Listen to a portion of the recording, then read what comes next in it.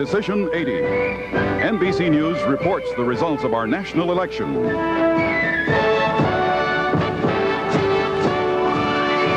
From the NBC News Election Center in New York, here are Tom Brokaw and John Chancellor. Good evening and welcome to NBC News' coverage of the 1980 presidential election. Our team of correspondents, analysts, pollsters, and commentators is assembled here in New York and around the country to see if Jimmy Carter can win re-election or if Ronald Reagan will be going to the Oval Office. We have been polling around the country in the key states, NBC News and the Associated Press, and what we're learning in the key states is that makes us believe that Ronald Reagan will win a very substantial victory tonight. Very substantial. That's our belief as of the moment based on polls in key states. And we have two projected states in the presidential race which tend to support that view. In Florida, NBC News projects Ronald Reagan the winner of Florida's 17 electoral votes. And so we will put on our map in blue, for those of you who are watching in color, dark gray and black and white, we'll make Florida our projected winner for Reagan. We have the electoral vote, therefore, given the fact that we had projected Indiana for Reagan earlier, is now 30 for Reagan, two states projected so far. We have another southern state to project. Florida was carried by Carter 4 years ago. Mississippi was carried by Carter 4 years ago. But tonight, our projected winner in Mississippi is the Republican candidate, Ronald Reagan.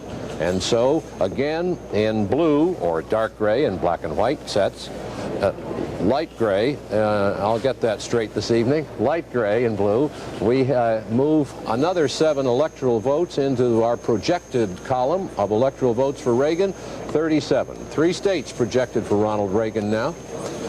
And we'd like you to meet some of the people who will be reporting this evening. Jessica Savage will be covering the races for governor in the House of Representatives. Garrick Utley will be covering the Senate races for us, Garrick. And Tom Brokaw and I will share the coverage of the presidential race.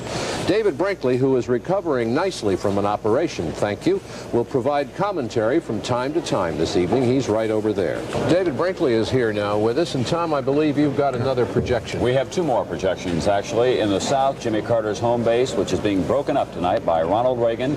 We are projecting the state of Alabama for Ronald Reagan.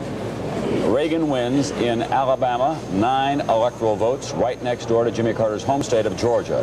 And the state of Virginia, a state that Ronald Reagan, well, actually the Republicans won 4 years ago. We are projecting once again that Ronald Reagan will win Virginia. So we color those blue, as you can see in our map there. Blue if you have a color television set. I am told that it will be dark gray if you're watching in black and white. Reagan with 2 more important southern states to add to his electoral total. And there it is on our NBC map, as you can see it. And we have one other projection to make. The votes are coming in from down there now. The polls are closed in several of those states. And NBC News has a projection that will not come as a surprise. We project in the state of Georgia, Jimmy Carter, the winner of its 12 electoral votes. Jimmy Carter carried Georgia the last time by 66% of the vote. It's not surprising that he would carry his home state again. And that gives him 12 electoral votes on our electoral vote projection board. Reagan 58 to Carter's 12 electoral votes. Reagan in several states, Carter so far only in his home state of Georgia.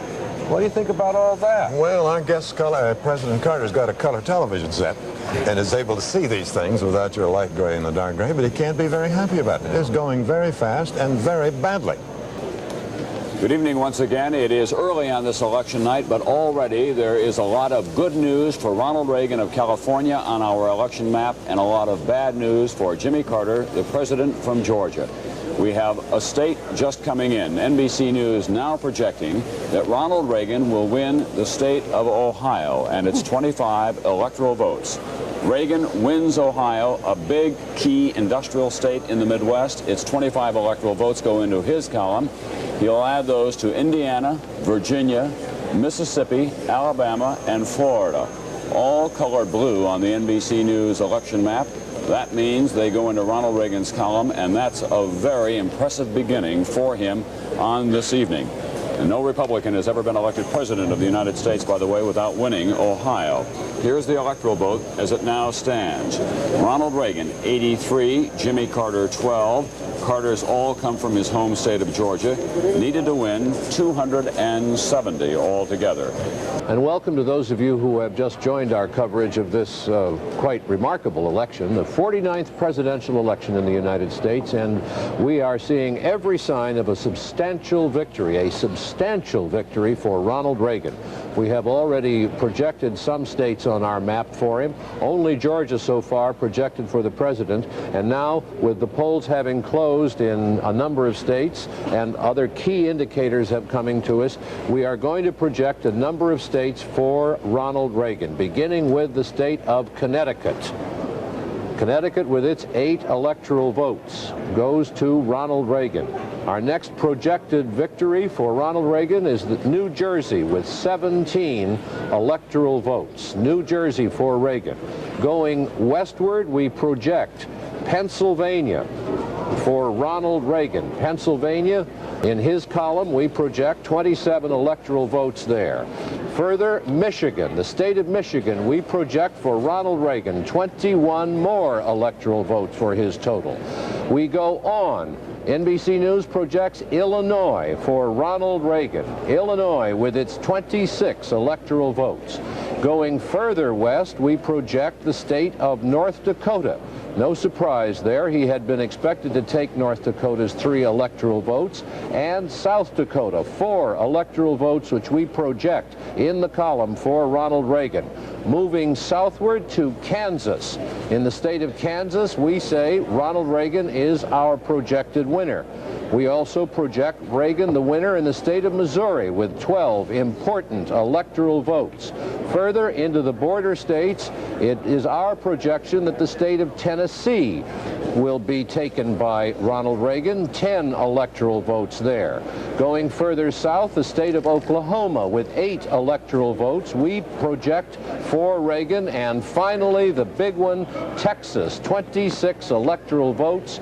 We color blue or light gray, if you're watching in black and white, for Ronald Reagan. The map is turning blue for Reagan. Tom, can you tell us how many electoral votes that adds up to now? I can right now. We're going to show you on your screens at home. Remember, the number that is needed, 270. Ronald Reagan already at 252. This reminder, that's what he has at this stage of the evening without his home state of California, where there are 45 electoral votes. That's still to report in. And the 12 votes, electoral votes you see there, are all from one single state for Carter, his home state of Georgia. So far, we've been unable to project Carter a winner in any of the other states. Of course, he'll win some other states this evening, but the imbalance on the map behind us is as striking as I have ever seen it working in this studio at this hour of the night. That is remarkable. One state so far called for a sitting president of the United States, and as I say, the red states will be filling in on the map, but an awful lot of the big ones have gone to Ronald Reagan. In an elementary way, what it means is that Jimmy Carter has been totally surrounded by Ronald Reagan. He has been isolated in his home state of Georgia, and that's where he stands. We have another projection, and this time for President Carter. NBC News projects President Carter the winner in the District of Columbia. 3 electoral votes. The district has been voting since 1964, has never voted for a Republican presidential candidate. The president carried it last time with about 80% of the vote, a very high tally, but not unexpected. That brings the electoral standings to Carter 15, 12 from Georgia and 3 from the District of Columbia. Reagan all over, as Tom Brokaw said, the industrial East, the South, parts of the Middle West, the Dakotas, 252 electoral votes in the states marked in blue on your map, or light gray and black and white, and that's how it looks. Very early on this evening, it has been possible for NBC News to project all of that. We have another projection, this time for President Carter. NBC News projects President Carter the winner in the state of West Virginia. 6 electoral votes there, and no great surprise. And we will now fill in red or dark gray in black and white the state of West Virginia for the president. That means so far this evening we have projected him with 21 electoral votes. That's Georgia, West Virginia, and the District of Columbia. And Reagan, while the polls are still closed in most of the states in the West, is holding at the 270 electoral votes we project him to have. That's enough to win. Well, the time has come. You've seen the map. We've looked at the figures, and NBC News now makes its projection for the presidency. Reagan is our projected winner. Ronald Wilson Reagan of California, a sports announcer, a film actor, a governor of California, is our projected winner at 8:15 Eastern Standard Time. On this election night, we have projected Ronald Reagan the winner. And to add evidence to that projection, we are projecting him as the winner in more states. By our calculations, Ronald Reagan is the winner in the state of New Hampshire, in the state of Vermont, Delaware, and South Carolina. We will be coloring in those on the map now in blue for Reagan, or light gray, black and white. New Hampshire is the first state that we are calling for him in this list of states. Vermont, we are coloring blue in a projection for Reagan. The state of Delaware, we are projecting for Reagan. And in the South, the state of South Carolina, we are projecting for Ronald Reagan. And that brings his electoral vote tally to the number required for victory. According to our projections, Ronald Reagan now has the required 270 electoral votes. Carter with 15 at this stage of the evening, 12 from Georgia, 3 from the District of Columbia. And Tom, that's our projection. It is a rather early call. It certainly is 8:15 on election night. This race has been, the word we've been using all year, has been volatile, fluid, mercurial, whatever. But I don't think anyone anticipated that it would eventually become a floodgate of one kind or another, where the votes would just flood in for Ronald Reagan. Tom, 4 years ago, we called the election for Jimmy Carter at 3:31 a.m. I remember well. And going back, talking about calls this early in the evening, I called for Richard Nixon in 1972, a little bit earlier than this, but this will go down as one of those nights when we are calling very early, and there's the evidence on the map. Reagan has, as Tom has pointed out, the western states still to come.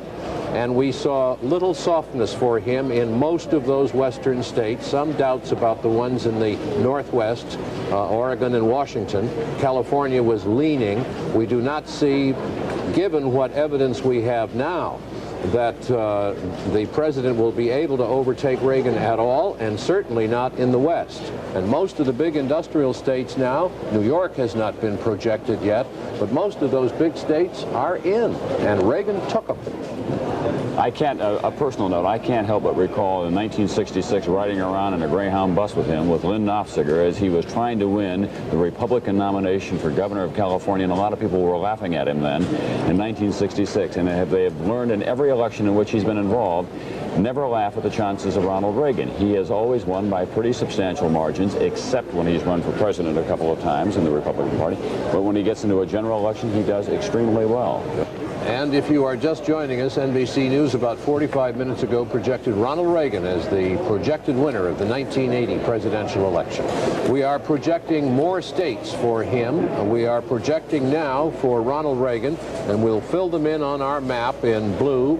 The state of Wisconsin, which went to Carter in 1976. Wisconsin we now show as going to Reagan in a projection. We also show Nebraska, which was Republican 4 years ago. 5 electoral votes. That's in the Reagan column. We project Reagan the winner in Wyoming. Republican 4 years ago. It's for Reagan tonight. And finally, Arizona. Arizona, which went for Jerry Ford in 1976, we project going for Reagan. That's a total in those 4 states of 22 electoral votes. And let's look at the electoral vote count now to see Carter with West Virginia, Georgia, and the District of Columbia and Reagan, with a number of states, well over the 270, needed to win. We are going to give Jimmy Carter another state. He does not have many tonight. NBC News now projecting that Jimmy Carter will win the state of Rhode Island and its 4 electoral votes. Jimmy Carter winning Rhode Island and the 4 electoral votes. So on our map, we will add now in the upper right-hand corner the tiny state of Rhode Island. That will be colored red for Jimmy Carter. Not much red up there, as you can see. An overwhelming Ronald Reagan victory that we are projecting tonight. Rhode Island had been expected to go to the Democrats, and indeed we are projecting that it will. So let's take a look now at the electoral vote as it now stands. Ronald Reagan, 295 electoral votes. Jimmy Carter, just 25. His home state of Georgia, the Democratic state of West Virginia, Rhode Island, and the District of Columbia. And that's all he has at this point. Earlier this evening, he was told by his own pollster, Pat Caddell, it's all over. The top President Carter campaign officials were saying the same thing. They acknowledged it early on, and now that's the consensus. Ronald Reagan, the projected winner of the presidential race. According to UPI, the president knew this morning that he was probably going to lose the election. His pollster, Patrick Caddell, told him that, gave him figures this morning showing him he was trailing Reagan nationally by 8 percentage points. And interestingly, that Caddell poll is being borne out by the popular vote figures that we've seen here tonight. It may end up being more than 8 points, but that's what the president was informed of this morning by his very accurate pollster. We are going to project some more states for Ronald Reagan now. NBC News projects Ronald Reagan the winner in the border state of Kentucky with its 9 electoral votes. And that's a solid block ranging all the way from the Gulf of Mexico to the Lake Michigan. We are also in the West projecting Reagan the winner in the state of New Mexico with 4 electoral votes. New Mexico, Reagan our projected winner. You can see him filling in the West with the states in blue, which we have marked on our map for Ronald Reagan. A lot of blue on the map. The electoral tally for Reagan by our projections is now over 308.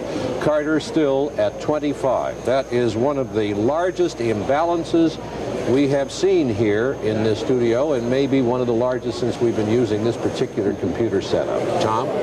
John, we also want to point out that we expect that President Carter will be leaving the White House soon to go to his headquarters in Washington, D.C. It is always a bittersweet moment on a presidential election night when the president or the challenger has to go before the people who worked so hard for him and acknowledge that he has lost. And we'll be covering that, of course, as soon as we see the president leaving the White House. In addition to the electoral vote, we're keeping track of the popular vote as well. And this is how that stands now, with 18% of the precincts reporting in nationwide. As you can see, Ronald Reagan has an 8 percentage point lead. Just as Pat Caddell told the president earlier this morning, he was trailing in the country, and that is holding up. It could change, of course. John Anderson at 5% of the popular vote. We have said several times tonight that that's the figure that he has to reach to get federal election money. I guess we can't say it often enough for the people who hold the treasury, so to speak, or the debts for the Anderson campaign. Although that could drop below 5% later in the evening. I'm not predicting that, but that. But if it does, he doesn't get the federal money, and then he's got a big debt to pay off.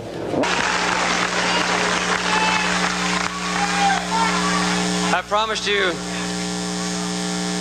you 4 years ago that I would never lie to you, so I can't stand here tonight and say it doesn't hurt.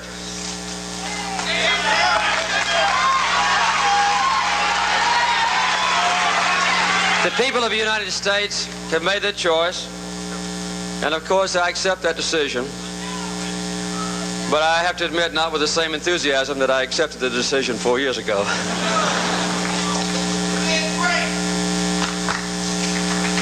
I might say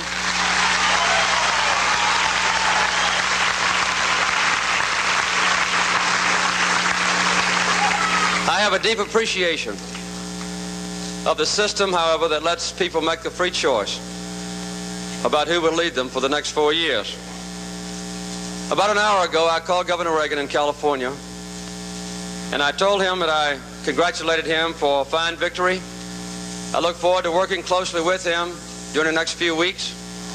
We'll have a very fine transition period. I told him I wanted the best one in history. And I then sent him this telegram, and I'll read it to you. It's now apparent that the American people have chosen you as the next president. I congratulate you and pledge to you our fullest support and cooperation in bringing about an orderly transition of government in the weeks ahead. My best wishes are with you and your family as you undertake the responsibilities that lie before you, and I signed it, Jimmy Carter.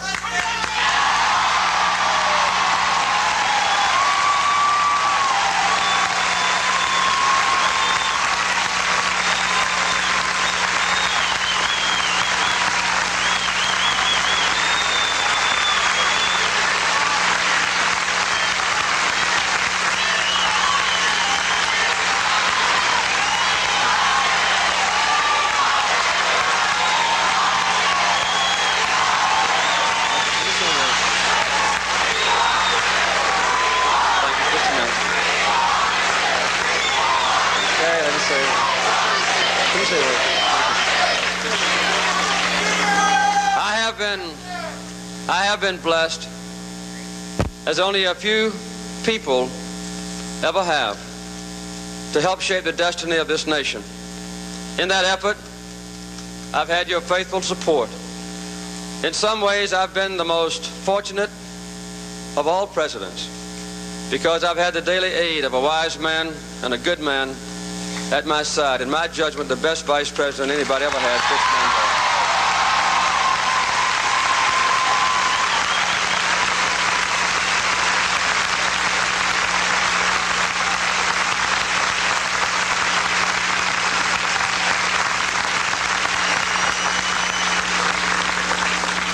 I've not achieved all I set out to do.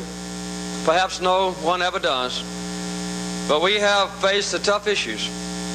We've stood for and we fought for and we have achieved some very important goals for our country. These efforts will not end with this administration. The effort must go on, nor will the progress that we have made be lost when we leave office. The great principles that have guided this nation since its very founding will continue to guide America through the challenges of the future. This has been a long and hard-fought campaign, as you well know, but we must now come together as a united and a unified people to solve the problems that are still before us, to meet the challenges of a new decade.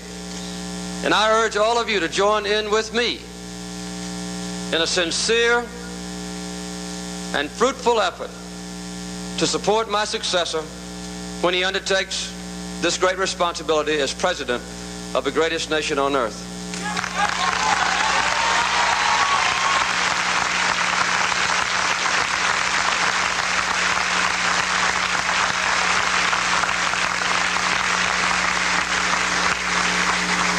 Ours is a special country because our vast economic and military strength give us a special responsibility for seeking solutions to the problems that confront the world.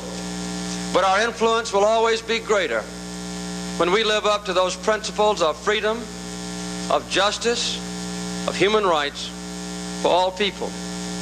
God has been good to me, and God has been good to this country, and I'm truly thankful.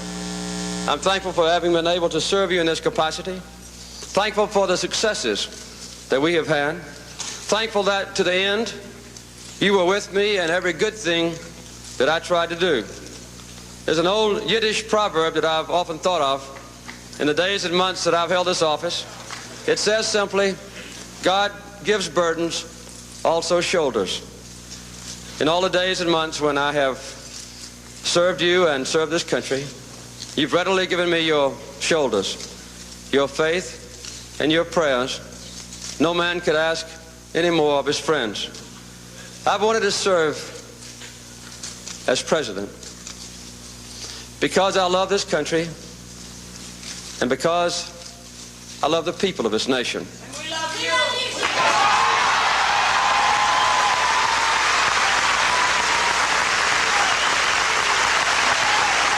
Just come over.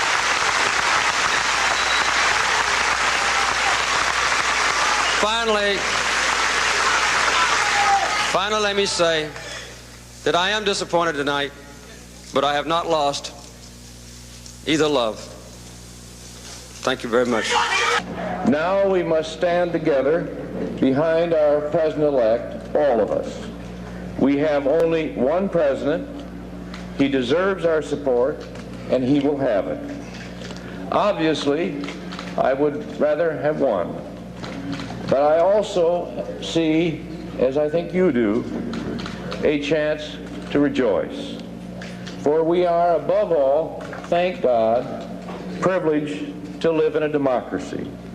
Today, all across this nation, in high school cafeterias, in town halls, in churches, and synagogues, the American people quietly wielded their staggering power and peacefully, without intimidation, made their choice. And whatever the outcome, tonight we celebrate above all the process we call American freedom.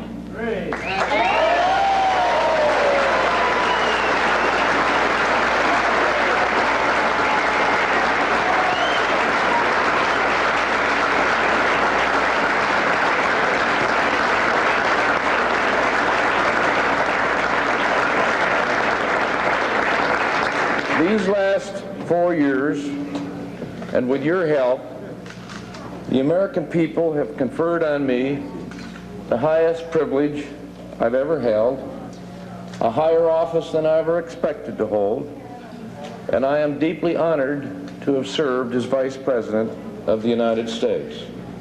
I especially want to thank President Carter and Rosalind for their kindness to me and to Joan and to our family. This kind and good man, this president, has permitted me to work more closely with him than any vice president in American history, and I thank him profoundly for that experience.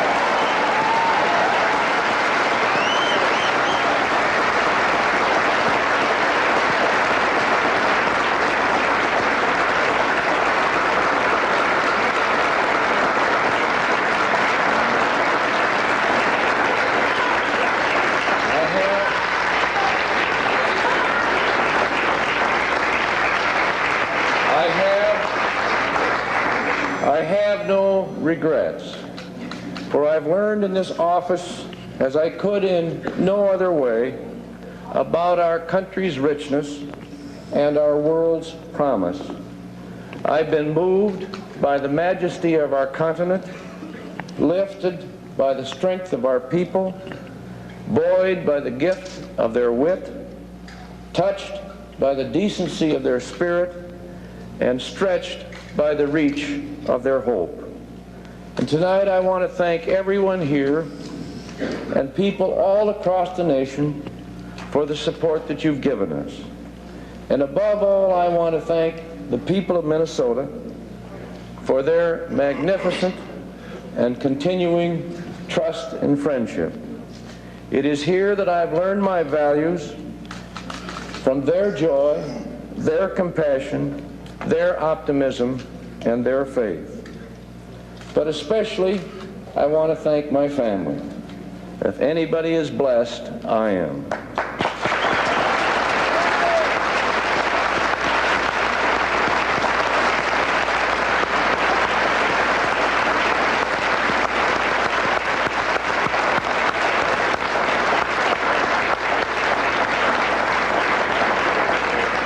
I don't know how well the rest of us have done, but I'll tell you this, Joan has performed magnificently.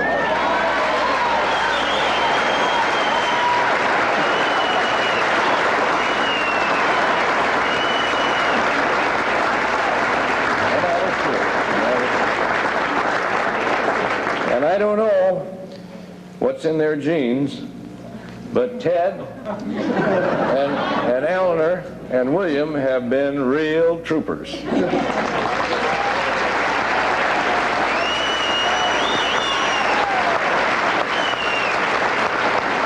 I also want to thank my staff. I've seen a lot of staffs in my life in Washington and in Minnesota, and I don't want to insult anyone else, but I believe I've had the best support in my staff that anyone has ever had, and I want to thank you for your gifted assistance. Well, the vice president, in his speech, he said the people quietly wielded their awesome power. And they're still wielding that awesome power according to our projections. We are projecting now 5 more states for Ronald Reagan. And let's look at the map and we'll show you what they are. 7 electoral votes we project for Reagan in the state of Colorado. 3 electoral votes we project for Reagan in the state of Nevada. No surprise there. In Idaho, again, a state that had been expected to go for Reagan, 4 electoral votes, our projected winner there. We make him our projected winner in Utah and our projected winner in Montana. And that leaves only the Pacific Coast states there. It leaves Minnesota undecided and Iowa undecided, as you see, Arkansas and Louisiana, North Carolina, New York, and Maine. We're getting down, I believe, Maryland is still undecided, and that brings our projected electoral vote total to Reagan 330, Carter 25. Excuse me, that's one of the biggest differences we have ever seen. David, I guess we'd have to look in the record books for that. I think you would have to go back to the Nixon-McGovern, when McGovern carried Massachusetts, period. That was all. And the District of Columbia. And the D.C. Yeah. But of the states, he carried 1. So I thought it was a fitting farewell, well-spoken, very gracious.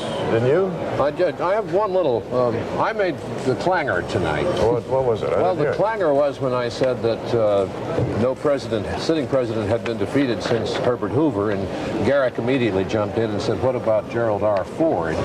You left out the word elected. I know, but I'm not going to take refuge in that. Ford was the last president who was defeated while in office.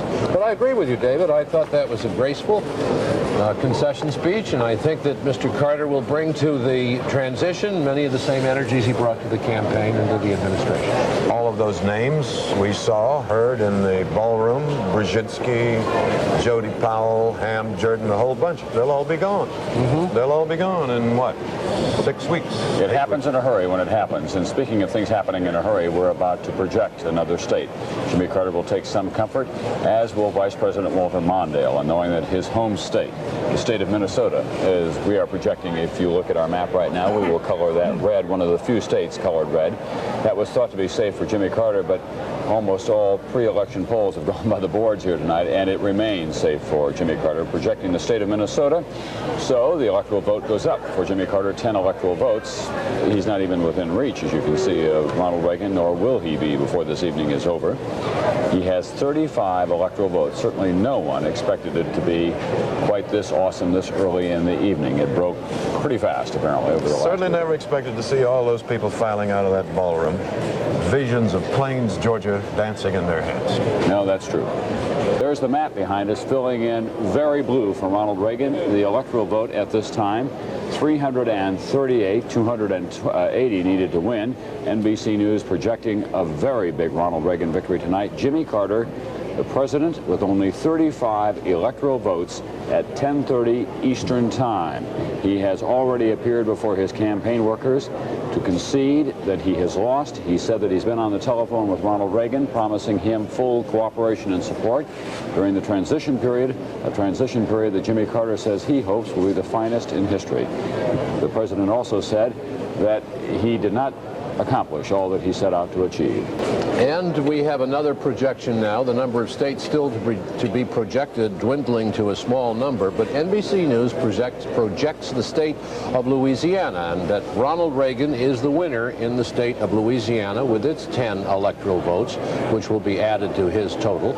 And on our map, you'll be able to see Arkansas, the only holdout in there. Louisiana, our projected state for Reagan. And that will bring Reagan's number to 348 projected electoral votes. That's really quite a lot compared to, Carter has 10% of the projected electoral votes that we have awarded to Reagan tonight. He's just not moving off the dime. He's got to be looking hard at New York, where they have 41 electoral votes, of course, hoping that he'll be able to get those, because, as I say, at this point of the evening, what he's hoping to to salvage is some respectability, at least, in the organization of his campaign. And there's not much hope left up there. Arkansas looked like a very good state for him. We don't know on that one yet.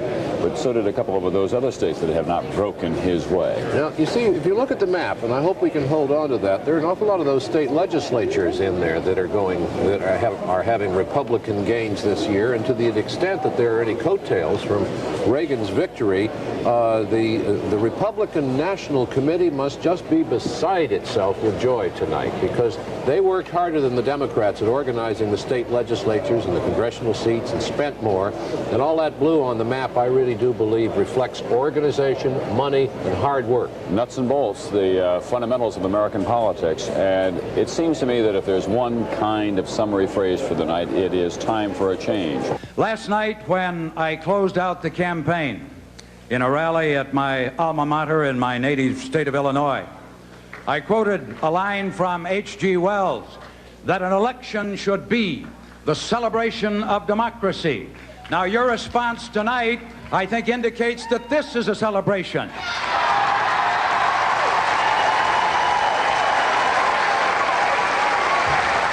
Fine, okay.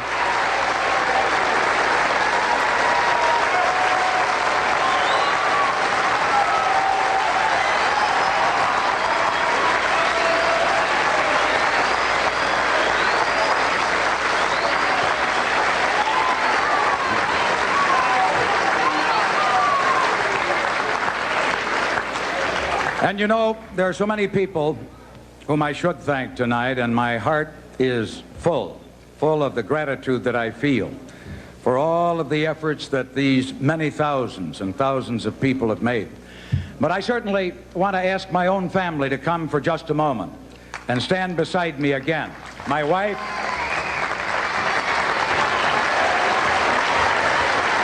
Kiki,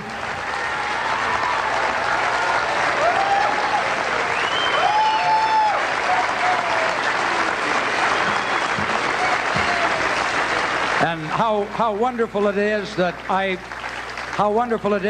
was gifted with such a marvelous nature and sweet personality that I am never afflicted with feelings of envy, because there were times when I traveled around the country when I thought that many people would have preferred Kiki to me as the candidate.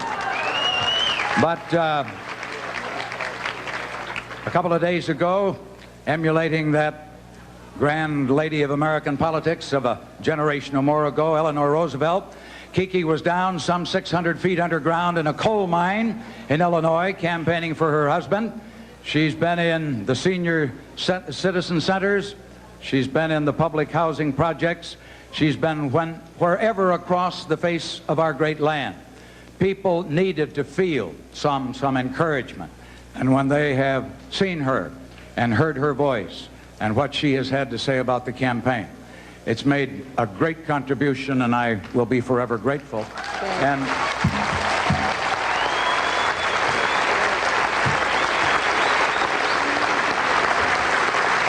And Eleonora and Diane and John, who have been on the campaign trail,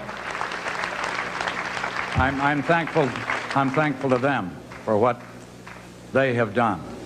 This whole campaign experience has been one that has really brought our family very, very close together because of the common enterprise that we shared. And Susie, even you have contributed, because from time to time I've used you in my jokes and said that you were home studying your non-proliferation lesson.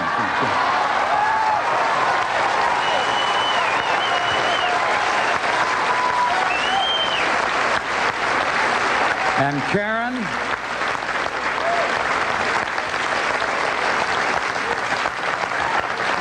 Karen, now, did you ever see more of a teenage heartthrob than Karen? She's been out there getting the teenage vote for us. Sure. You know, throughout this campaign, I have talked about a new realism in American politics, and I've done that because I felt that our country was in trouble, that the nation simply had to face the facts. And now, of course, tonight, I must do the same.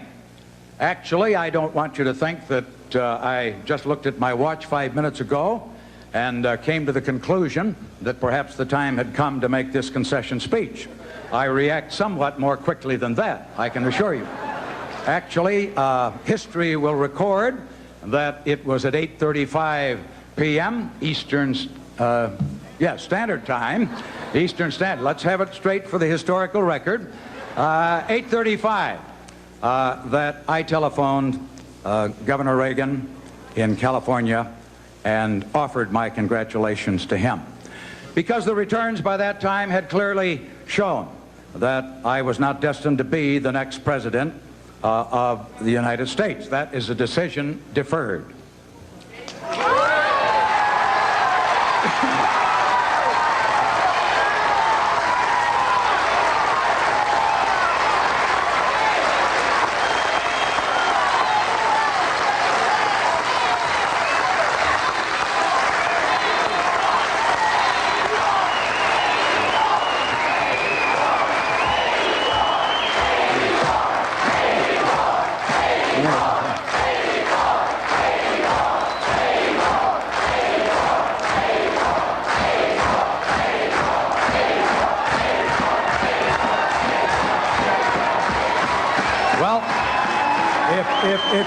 If you don't let me finish this speech, it will be 1984 and I'll still be up here. You have obviously chosen to take a very enigmatic remark and place your own interpretation on what I said. You know, right after Abraham Lincoln had suffered one of his electoral defeats, and he suffered many during the course of his career, he was asked how he felt. And he replied, disappointed, yes. Bruised, no. Well, of course I'm disappointed. I'm only human.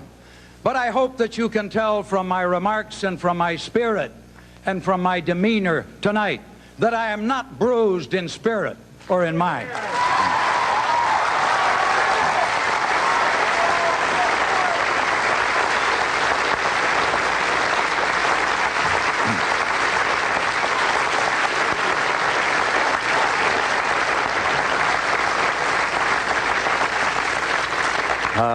This has been, I think, this campaign, the greatest event of my life. And obviously, of course, I am now hoping that we hold at 6% at least, so it doesn't turn out to be the most expensive as well.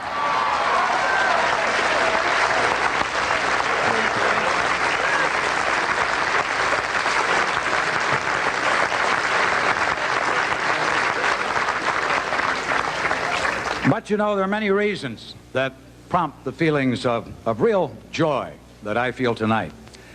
It's been my good fortune to run with somebody like Pat Lucey. You heard him. You know what kind of a man he is.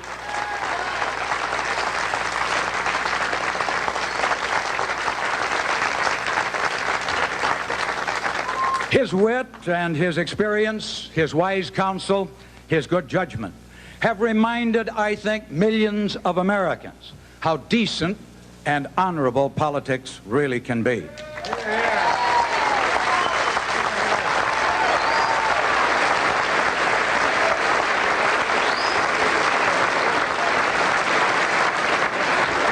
And Mary Crisp, this lovely lady that epitomizes all that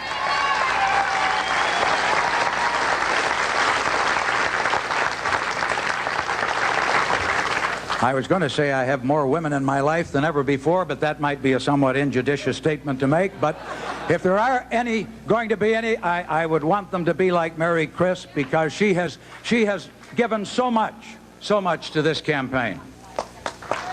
What time do you make the victory? We're going to have a look now at John Anderson's share of the popular vote, and as you see, it's 6%.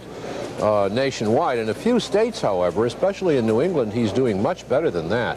Anderson's best results are in Massachusetts and Vermont. He's getting 14% in those states, 13% in Rhode Island, and 12% in Connecticut, 10% in New Hampshire, 10% in the District of Columbia. His chances of getting the number of votes he needs for 5% nationwide to qualify for federal election funds seem to be pretty good.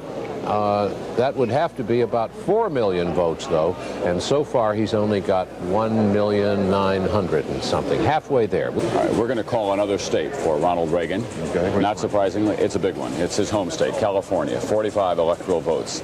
Ronald Reagan picks up his home state of California. He has never lost a race there. And we fill in that big chunk of the map, once again with blue, now solid blue practically, all the way from the Mississippi River westward, leaving only Oregon, Washington, and Arkansas, as you can see. Beginning to look like a suburban swimming pool over there. Well, and even in the east, Sherman Oaks, I'd say, probably. even in the east, Reagan is ahead of New York. Well, go ahead and have a look at this. We just want to show you the electoral vote. Ronald Reagan pushing hard at 400 electoral votes. No one was saying that just a couple of days ago. Jimmy Carter stuck on 35. There are fewer and fewer states to come in. Ronald Reagan, as we said early in the evening, locking up a big chunk of Jimmy Carter territory, or what was thought to be Jimmy Carter territory. The lead now is just overwhelming. It's almost beyond description at this point. No one expected that map to fill in quite that way until the closing hours, I think, of this election. You know, on the map, we still have New York undecided, uncalled, unprojected. 46% of the precincts are in New York, and Ronald Reagan is ahead a little bit. He's even with Carter in the state of Maine. He's a little bit ahead in Maryland. That's still too close for us to make projection, and even in North Carolina. So even those states, he could fill in the map there, isolating Carter in Georgia and West Virginia in the South. If we can get back to this point about coattails, shirt tails, or the absence of them, maybe the best way to describe it is that there was just a real feeling in the country that it was time for a change, an enormous impatience in the land on the part of a lot of these people who've been in power. We have some more projections. We have 8 undecided states now. We were 10 undecided states. We'll bring that down to 8 states. First, NBC News projects in the state of Maryland that Jimmy Carter will be the winner of Maryland's electoral votes. And so we will move that into the red or dark gray in Maryland on our map. And then all the way on the other side of the country, in the state of Washington, which Gerald Ford won in a squeaker in 1976, we will project that for Ronald Reagan. And there's Washington, leaving us with 8 undecided states, including, as you see on your map, Hawaii and Alaska. So the electoral vote total now brings Reagan over the 400 mark and brings Carter to 45 electoral votes. A couple of big projections coming up now. NBC News is going to project the state of New York. We say that our projected winner is Ronald Reagan in the 41 electoral votes of New York State. And there it is going in the blue on your map. Carter has 4 states now in the District of Columbia. The electoral vote tally, Tom, Reagan is getting up to those very big tallies that we were talking about a few minutes ago, almost 450, 10 times the electoral margin of President Carter. Well, let me add some more to Ronald Reagan's total if I can. We are now projecting that Ronald Reagan will win the state of Oregon. So on our map now, we will color in the state of Oregon blue, 6 electoral votes to the summary for Ronald Reagan. And as you look at the map, it is more than a swimming pool, David. It is now a full-size blue lake for Ronald Reagan all the way across the country, with just 1 or 2 red exceptions as we show it on the NBC map. Red for Jimmy Carter, of course. There's the electoral vote. Have we added the 6 from Oregon? 449 is the total? Yeah, right. Okay, 449 is the total for Ronald Reagan. Jimmy Carter, 45. Ronald Reagan made a lot of Democrats unhappy this year when he talked about FDR, who was one of his early political heroes. In 1940, we always think of FDR rolling up big totals. In 1940, he won 449 electoral votes. And there's a good possibility, of course, that tonight, Ronald Reagan, running against Jimmy Carter, may exceed even that FDR total against Wendell Willkie. 2 or 3 states left to be called for you guys. It's a tremendous landslide. Unanticipated, unexpected, unpredicted. No one predicted this. If so, I didn't hear it. Did any of you? I didn't hear it. We had a number just a few moments ago looking at our voter poll, as we choose to call them, the people who were leaving the voting place. 25% of the people that we talked to said they made up their minds in the last week of this campaign. About half had made up their minds earlier in the year, but it appears that from the point of the debate on to the weekend, people were making up their minds left and right, so to speak. Mostly right, it turns out. Well, as Carter's manager, Bob Strauss, Politically said, speaking. he said that was a confluence of negative factors that hit us after the debate. They did not, some of them didn't want to go into the debate. They were doing reasonably well before the debate. The country's perception was that Ronald Reagan won the debate, and I'll bet if you read the text of the debate and had not seen it on television, Carter probably would have won it on points. But the country believed that, and then the hostage thing came in a sneaky way, and it just collapsed for Carter. David, All of this arrived on top of inflation, unemployment, and so on, all of the problems we know about. You've seen an awful lot of change in Washington through the years. How do you think this will affect the Capitol and how it behaves and performs? I think it is going to bring profound changes. Partly because when Carter won 4 years ago, there was no particular change in Congress. Now, we still don't know if the Republicans will get control of the Senate, but they will effectively have control of it, whatever happens. They may even get actual control, and Howard Baker become the majority leader. So you will have a Republican in the White House, and you will have a Congress that is either a Senate that is either Republican or may as well be. Certainly much more conservative than more conservative, and a House that, if not conservative, will be afraid to be very liberal. And so it sort of looks to me as if the liberal era, modern liberal era, is over. Perhaps not forever. I would guess not forever. Because no party, no president can solve all the problems we have, and many of them will continue to exist for years until people feel they need a change again. Thank you very much.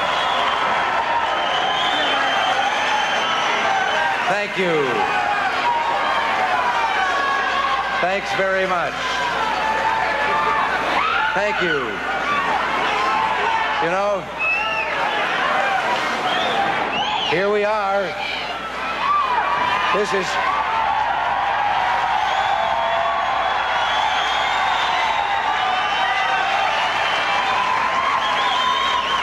You know, we're all here but one now, and he was here, but they just took him off stage. It's way past his bedtime. But let me just say first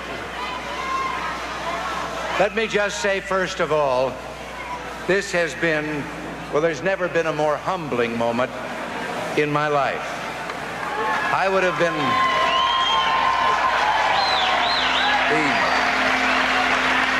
not only humbled by the extent of what has happened tonight, even if it had been the cliffhanger that all of us, I think, were expecting, it would have been the same way, but just to have had the support of the people of this country.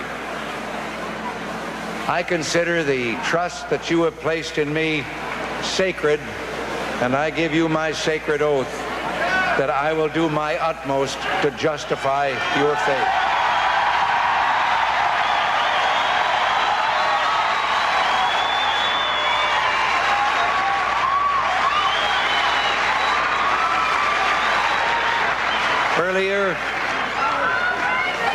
Earlier this evening, I spoke on the phone with President Carter. He called, John Addison called, but the President pledged the utmost in cooperation in the transition that will take place in these coming months. I offered him my own cooperation. He graciously said that he wanted this to be the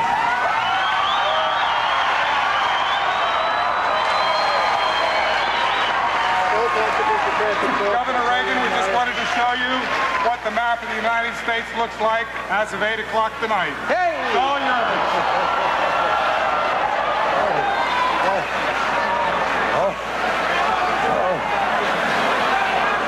All right. When that began to slide, I thought that maybe the world was going out just as I was getting in. But anyway, as I say, the President was most gracious about this. And now all across America, there are some people that I owe a great debt of thanks to. There they are. They're meeting tonight in our national headquarters in Arlington, Virginia. The National Committee people, the dedicated professionals who made the campaign run, and in every state, in the counties, the cities and the precincts, to all of them who worked so tirelessly, literally hundreds of thousands of volunteers, and I've seen them at work throughout the country on this campaign. I just owe them an immeasurable debt of thanks. To George and Barbara Bush,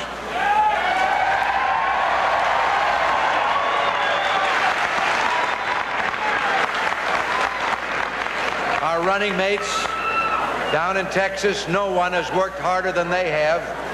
We only crossed paths a few times on this campaign and had to go out of our way to do it because their schedule was so heavy. And I can tell you that we're going to have a true partnership and a true friendship in the White House.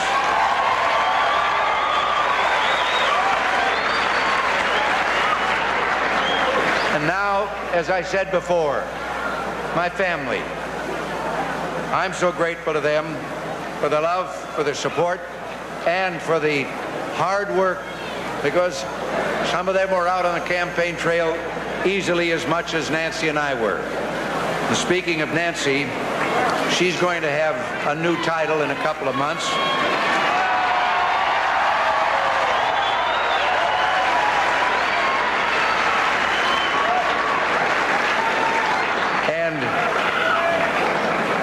It isn't really new because she's been the first lady in my life for a long time.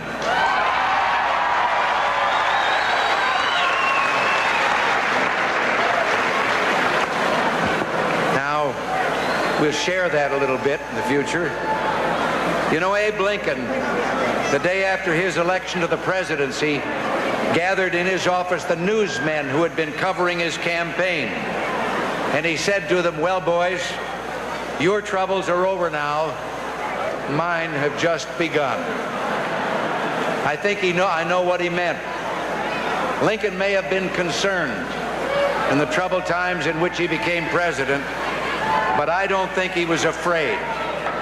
He was ready to confront the problems, the troubles of a still youthful country, determined to seize the historic opportunity to change things. And I am not frightened by what lies ahead, and I don't believe the American people are frightened by what lies ahead.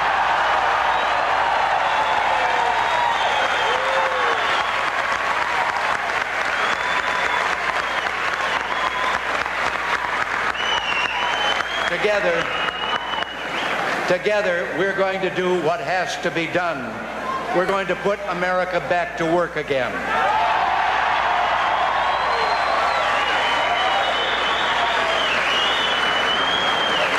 You know, I aim to try and tap that great American spirit that opened up this completely undeveloped continent from coast to coast and made it a great nation, survived several wars, survived a Great Depression, and will survive the problems that we face right now.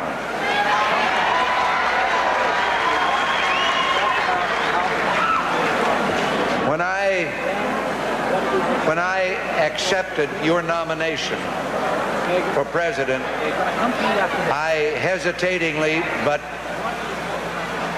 I asked for your prayers at that moment. I won't ask them for this in particular moment, but I will just say I would be very happy to have them in the days ahead.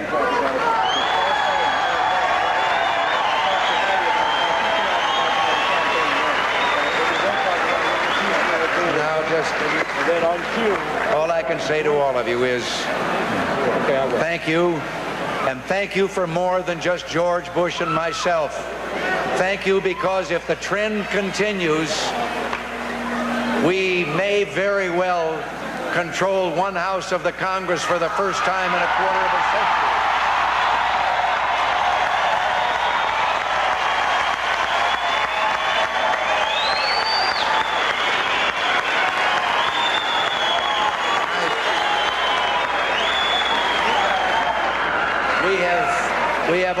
We have picked up some governorships, and Bill Brock told me on the phone just a few minutes ago that it looks like in a number of states we have turned the state legislatures around, and for the first time they are majorities for us.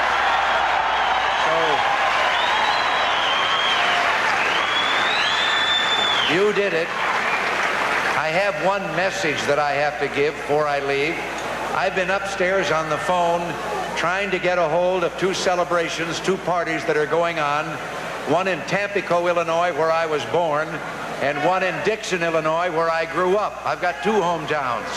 And finally, we managed to get the radio station in that area, and they told us that they would broadcast my message into the two parties that are going on. So to all of them, thank you too, back there in the hometown. Thank you all. Thank you. Hey. We got this stuff all over. Let me say how very pleased we are to be here.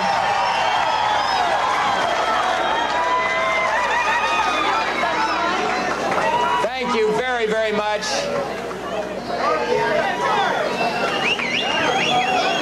You've just heard Governor Reagan thank the Republican National Committee and the headquarters in Arlington, Virginia, our national headquarters, and I would only add to that a personal note, a regional note, and I am grateful to the people of Texas for this fantastic win in this state.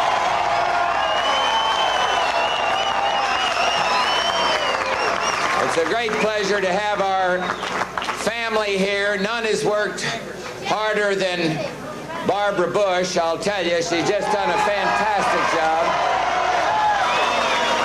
And I'd like to use this rather expensive means of communication to thank Nancy Reagan and their entire family for what they did. I'll tell you, I've never seen a family work as hard as that whole Reagan family out there.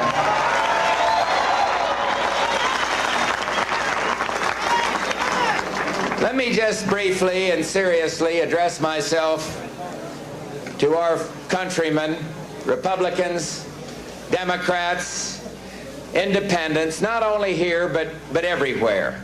And first, let me say that while we celebrate here tonight, we all fervently hope and pray that Americans may soon join in a celebration of freedom for those 52 hostages held in Iran.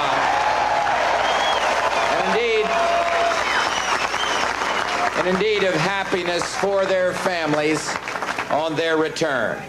To those who voted for the Reagan-Bush ticket, to those who supported another ticket, the election is over, but our real challenge as a nation dedicated to peace and the betterment of mankind lies ahead. This is a night of celebration for some of us and a night of disappointment for others, but tomorrow, in that great American tradition, those of us who celebrate tonight and those who have suffered disappointment must come together as one people to meet the larger challenge. And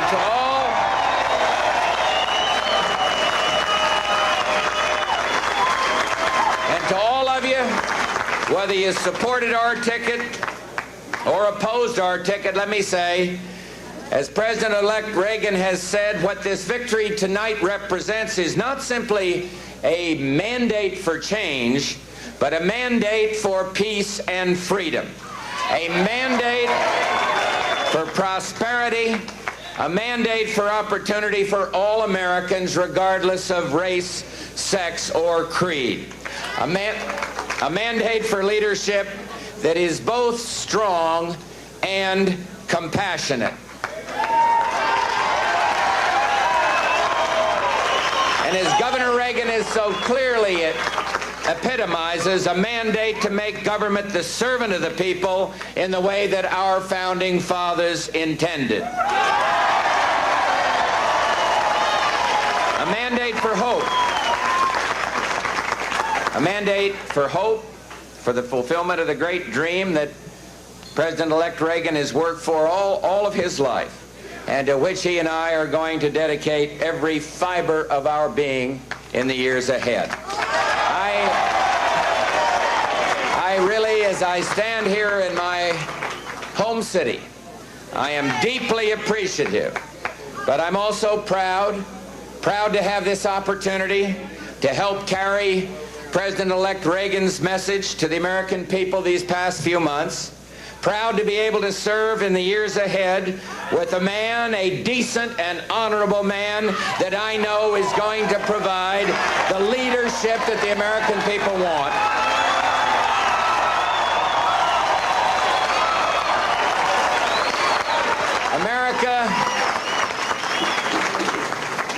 America, in the words of the song, is on the road again. And with the leadership of Ronald Reagan, that road is going to lead our country back to greatness. Thank all of you very, very much.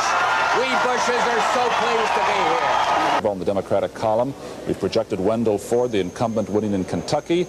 In South Carolina, it's Ernest Hollins going back to Washington. In Georgia, Herman Talmadge, re-elected. In Ohio, John Glenn, a big victory in a state carried by Ronald Reagan. In Connecticut, Christopher Dodd will be the freshman senator there, a Democrat holding on to that seat. In Illinois, Alan Dixon, the Secretary of State. In Arkansas, Dale Bumpers. And in California, Alan Cranston. Now, on the Republican side, we have projected these winners for the GOP. In the state of Indiana, a seat taken away from the Democrats by Dan Quayle. He beat Senator Birch Bayh. In Kansas, Robert Dole re-elected. In Maryland, it's Charles Mathias going back to Washington. In North Dakota, Mark Andrews holds on to the Republican seat. He'll be a freshman senator. In Oklahoma, the same goes for Don Nichols, elected there. In Alabama, Jeremiah Denton, the former admiral and prisoner of war in North Vietnam, has won that seat away from the Democrats. In South Dakota, the same thing has happened because James Abner defeated George McGovern.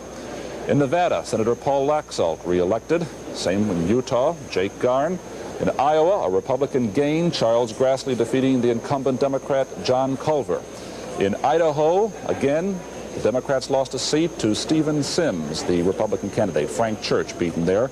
And in Washington, Slade Gorton projected the winner, defeating 75-year-old Ward Magnuson, the dean of the Democrats in the United States Senate, the powerful chairman of the Foreign Relations Committee. And now in Oregon, NBC News projects that the incumbent Republican Bob Packwood has been reelected for a third term, defeating the Democratic candidate Ted Kulongoski. Bob Packwood reelected in the state of Oregon. The Republican John Spellman will be elected governor of Washington, defeating James A. McDermott of Seattle. The Democrat, he was the one who defeated Dixie Lee Ray, sitting governor in Washington state, a child psychiatrist. John Spellman, King County executive, we project he will be the winner. Another projection, NBC News projects in the state of Utah, the incumbent Scott Matheson will be reelected governor of Utah, defeating his Republican challenger Bob Wright, a former state GOP chairman. That is a 2-year term in that state. NBC News also has a projection to make in Montana. We project the Lieutenant Governor Ted Schwinden, a Democrat, will be elected governor of Montana, defeating his Republican challenger Jack Ramirez. Again, Ted Schwinden projected the winner in Montana. And recapping some of our gubernatorial races, the other one the Republicans picked up. Republicans picked up in Missouri, Governor Kit Bond. He was a former governor. He ran again, this time and defeated Teasdale, and we project he is the winner. We project in the state of West Virginia that Democrat Jay Rockefeller will be reelected, defeating Arch Moore. We also project in the state of Indiana, the Lieutenant Governor Robert Orr, Republican, will be elected. We project in Vermont, state of Vermont, Richard Snelling, elected governor of Vermont, defeating the challenger M. Jerome Diamond. This is one of the states with a 2-year term. A 4-year term in the state of North Carolina. NBC News projected Democrat James Hunt will be the victor there. NBC News projects in the state of Delaware, very popular governor, Republican. Incumbent Pierre DuPont will be reelected. Then we have projected another one of the states with a 2-year term earlier this evening. Incumbent Joseph Garrahy, Democrat, reelected governor of Rhode Island. In New Hampshire, a rematch there. The winner, Democrat. Incumbent Hugh Gallen, projected winner there, defeating Meldrum Thompson. That was a rematch. So therefore, this evening, 13 governor's races we started out with. The Republicans picked up 2. There are still 2 races to be decided. They are Democratic states. They are undecided, Arkansas and North Dakota. So it looks like so far the Republicans set out to take 2 seats away from the Democrats, 2 governor's mansion seats away from the Democrats, and that is about what they have done so far.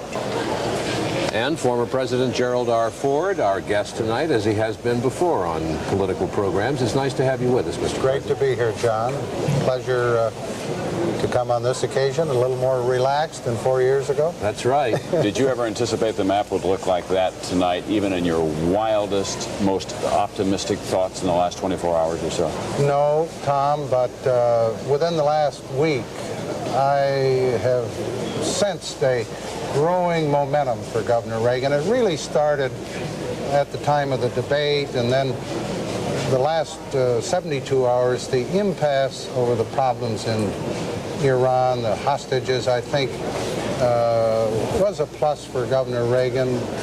And the net result is that map looks like an overwhelming victory. Can I ask you a detailed question about that, Mr. President? Surely. Why do you think that the news about the hostages worked against President Carter? Several things, John. First, there was an inevitable, unintended reference to the fact that it was 360-some days. Nobody made a point out of it, but everybody understood it. Secondly, again, inevitably, the networks had to show those crazy students raising their fists and giving us the devil. In other words, a lot of things were shown that just gnawed at American hearts and minds and irritated them. And I'm absolutely certain, I couldn't prove it, but I have the feeling that that was a factor in maybe turning some votes to Governor Reagan. If it had happened to you, and it could have, surely, if it had happened to you, would you have gone out and campaigned on the last day as President Carter did, or would you have stayed around the White House? That's a tough question. It is, isn't it? I think my reaction, and this doesn't imply any criticism of President Carter, I believe my reaction would have been to stay at the desk and maximize whatever I could to be helpful. But, you know, that's a close call, and I don't imply any criticism of President Carter for going out and campaigning. What he may have done was looked at the polls, which I know from looking at other polls were running against him very strongly. He might have said, well, I've got to make one last effort to reverse the trend. But obviously it didn't help at all. May I ask you about the prospect of a Ronald Reagan presidency? When you were contesting for the Republican presidential nomination against him 4 years ago, you were pretty tough on him a couple of times. You were the one who came up with that phrase, or your campaign did. As governor, he couldn't start a war, but as a president, he could. Well, this year, Tom, President Ford said he was unelectable. That's right. That shows what a poor politician I am. Oh, come on, you're a pretty good politician. And Jimmy Carter picked up a lot of that language. You also have been critical of the tax cut of 30% over a 3-year period. He now says that's his first priority. Well, may I say, first, Governor Reagan and I have gotten to know one another much, much better. We've spent a lot of time together talking about policy and programs. You smoked the peace pipe, right? Right. And you say I said a lot of mean things about Governor Reagan. If you did a little research on the other side of the coin, he said a few rather sharp things about Jerry Ford, too. So, and it wasn't any worse than Kennedy and Carter in 1980. They had a few pretty rough comments about one another. That's part of the election process in a pre-convention contest. I understand that, but do you expect Ronald Reagan to conduct a kind of Jerry Ford type of administration, about the same kind of foreign policy that you have? I hope he does, because it was good. And I think he will, generally. The problems will not be identical, Tom. You know, I hope he doesn't have a Mayaguez. I hope he doesn't have another hostage situation. But when I think of foreign policy, I think of trying to coordinate better our relations with our European allies in NATO, trying to expand our relationships in a constructive way with the PRC on the mainland of Asia, and doing other things that have a long-range benefit rather than some quick fix Yes, I think there will be a significant similarity between the policies that I pursued and those that Governor Reagan will pursue. Given how well he did here tonight, do you have any regrets that you didn't jump into the fray earlier this year? None whatsoever, Tom. Betty and I really made a very definitive decision about 2.5 years ago, and we're very happy, and we couldn't be more pleased with what we're doing with a wide variety of activities. So we have no regret. I'm going to read you a list of names, Mr. President, of people who lost today. Senator Church, Senator Bayh, Senator Culver, Senator McGovern, Senator Magnus. Give us as a practical politician what that's going to mean to the Senate. It will change the ideological tilt of the Senate, because most of those that lost by any definition in the American political arena are liberals. And those that defeated them will go anywhere from conservative to moderate. So the tilt in the Senate will be quite different, I believe. And do you find the Congress of the United States becoming more conservative, aside from party orientation? I believe, as I look at some of the House races, and I've followed them because I campaigned in a number of them, again, I think you're finding a moderate Republican replacing a more liberal Democrat. That's not true in every case, but the average is high that way. So that, again, even though the Republicans, I don't think, will control the House of Representatives, there will be a sufficient gain, a net gain, so that the Democrat majorities won't be able to run roughshod over the Republican minority. Because when you go from 159 Republicans to maybe 190-some, that makes the Republican majorities in committees, Republican minorities in committees, a much more important influence. It makes the flow of legislation on the floor of the House less controllable by the Democratic majority. So the legislative process will be a different ballgame, at least for the next 2 years. Well, I want to thank you, Mr. President, for coming by at this late hour and being with us. It's wonderful to see you. Nice to be with you all. Well, it's always nice to have a happy man on the program. Can I ask you one final question? Sure. What will be your role in the Reagan administration? We haven't talked specifically, Tom, about it. I have told Governor Reagan I don't want a job. I had a chance to get one in Detroit, and I don't want any patronage. I just want to help his administration do the best job it can. I've volunteered to give advice. I've volunteered to do anything on a short-term basis that might be helpful domestically or internationally. But Betty and I aren't going to move back to Washington. Ambassador at large out of Palm Springs, though? No. We'll be around to help any way we can. Thank you, Mr. President. Thank you again, sir. John. Thank you. Good to see you all. Thank you. At this hour, which is 10 after 1 Eastern Time, we still have 6 states that are undecided in this election. As you can see on the map, we have the states in red or dark gray, and black and white sets are for Carter. The white states are toss-ups, and the rest of the whole country is Ronald Reagan. We've checked all of these races, and he is well ahead. None of our projections have been wrong. We're afraid to project some of those white states because the races are simply too close. Not close in the electoral vote, however. The electoral vote, a huge margin, 10 times more Reagan electoral votes than Carter electoral votes.